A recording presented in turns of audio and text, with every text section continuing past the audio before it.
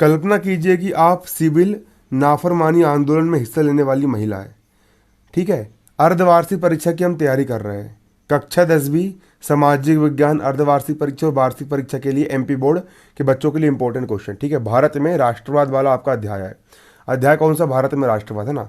आपका क्वेश्चन है, कल्पना कीजिए कि आप सिविल नाफरमानी आंदोलन, एक आंदोलन हुआ था, उस आंदोलन का नाम था सिविल नाफरमानी आंदोलन में हिस्सा लेने वाली महिला है। आप कौन है? सिविल नाफरमानी आंदोलन में हिस्सा लेने वाली महिला है। बताइए कि इस अनुभव का आपके जीवन में क्या अर्थ होता है।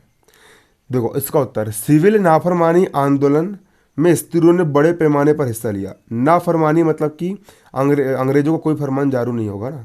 सिविल नाफरमानी आंदोलन में स्त्रियों ने मतलब कि लेडीज़ों ने बड़े पैमाने पर हिस्सा लिया। गांधी जी के नमक सत्याग्रह के दौरान, जब गांधी जी नमक सत्याग्रह कर रहे थे, उस दौरान हजारों स्त्रियां उनकी बात सुनने के लिए घर से बाहर आ जाती थी। गांधी जी की बात सुनने के लिए घर से बाहर आ जाती थी। महिलाओं ने जुलूस में हिस्सा लिया, नमक भी बनाया, विदेशी कपड़े और शराब की दुकानों की पिकेटिंग की। बहुत सी महिलाएं जेल भी गई। शहरी इलाकों में ज़्यादातर ऊंची जाति की महिला सक्रिय थी और ग्रामीण इलाकों में संपन्न किसान परिवार की महिलाएं आंदोलन में हिस्सा ले रही थी, नाफरमानी आंदोलन में। मैंने इस आंदोलन के दौरान अनुभव किया कि गांधी जी के आह्वान के बाद महिलाओं को राष्ट्र की सेवा करना अपना पवित्र दायित्व दिखाई देने लगा था। ये नाफरमानी आंदोलन की क्या विशेषता है।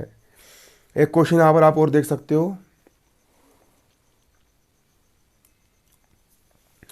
राजनीतिक नेता पृथक निर्वाचिका के सवाल पर क्यों बटे हुए थे। जितने भी राजनीतिक नेता थे पृथक निर्वाचिका के सवाल पर क्यों बटे हुए थे।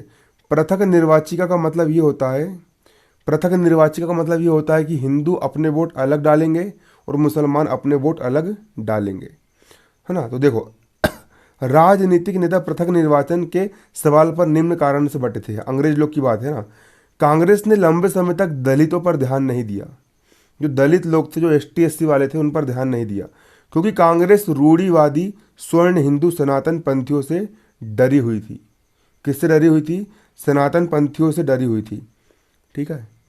दूसरा, अंबेडकर ने 1930 में दलितों को दलित वर्ग एसोसिएशन में संगठित किया। दलितों के लिए अलग निर्वाचन क्षेत्रों के सवाल पर दूसरे गोलमेज सम्मेलन में गांधी जी ने के साथ उनका विवाद हुआ।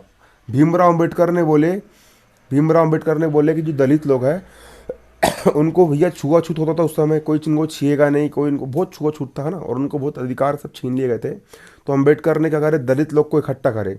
और जब भीमराव अंबेडकर ने दलितों का संगठन बनाए तो गांधी जी और अंबेडकर के बीच में लड़ाई हो गई थी, क्योंकि गांधी जी बोल रहे थे कि पूरा भारत देश एक रहेगा और अंबेडकर बोल रहे थे कि दलित लोग अलग वोट डालेंगे, है ना। ठीक है। इसके बाद आप यहाँ पर देख सकते हो, अगला यहाँ पर क्या है, ब्रिटिश सरकार ने अंबेडकर की मांग तो मान ली। ब्रिटिश सरकार ने अंबेडकर की मांग मान ली तो गांधी आमरण अनशन पर बैठ गए। जब अंग्रेजों ने सरकार अंबेडकर की मांग मान ली कि भैया एसटी एससी वालों के लिए जो दलित है उनके लिए मतलब कि एक अलग निर्वाचन क्षेत्र रहेगा, तो गांधी जी आमरण अनशन पर बैठ गए। उनका मत था कि दलितों के लिए अलग निर्वाचन क्षेत्र की व्यवस्था से समाज में कभी एकीकरण नहीं हो पाएगा। 1920 के दशक के मध्य में से कांग्रेस, हिंदू महासभा जैसे हिंदू धार्मिक राष्ट्रवादी संगठनों को काफ़ी करीब दिखने लगी थी। जैसे जैसे हिंदू मुसलमान के बीच संबंध खराब होते गए, दोनों समुदाय उग्र धार्मिक जुलूस निकालने लगे। हिंदू अपना जुलूस अलग निकाल रहा है और मुसलमान अपना जुलूस अलग निकाल रहा है। इससे कई शहरों में हिंदू मुसलमान लोग के लड़ाई होने लगी और दंगे भी होने लगे। हर दंगे के साथ दोनों समुदाय के बीच फासला बढ़ता गया। 1930 में मुस्लिम लीग के अध्यक्ष सर मोहम्मद इकबाल ने मुसलमानों के लिए अल्पसंख्यक राजनीतिक हितों की रक्षा के उद्देश्य से पृथक निर्वाचन पर फिर से जोर दिया। मुस्लिम लीग के नेताओं में से एक मोहम्मद अली जिन्ना वही है, और मुस्लिम लीग वही है जिन लोगों ने भारत देश आज़ाद होने के बाद पाकिस्तान की मांग करी थी और भारत देश से एक अलग पाकिस्तान बना था। ठीक है। मोहम्मद अली जिन्ना का कहना था कि अगर मुसलमानों को केंद्रीय सभा में आरक्षित सीट दी जाए और मुस्लिम बहुल प्रांत जैसे बंगाल और पंजाब में मुसलमानों की आबादी के अनुपात में प्रतिनिधित्व दिया जाए तो मुसलमान के लिए पृथक निर्वाचन की वो मांग छोड़ने के लिए तैयार है। ठीक है। और इन्हें पाकिस्तान की मांग भी इसी ने करा था, मोहम्मद अली जिन्ना ने, तभी भारत देश का बंटवारा हुआ था। ठीक है। तो ऐसी कंडीशन थी।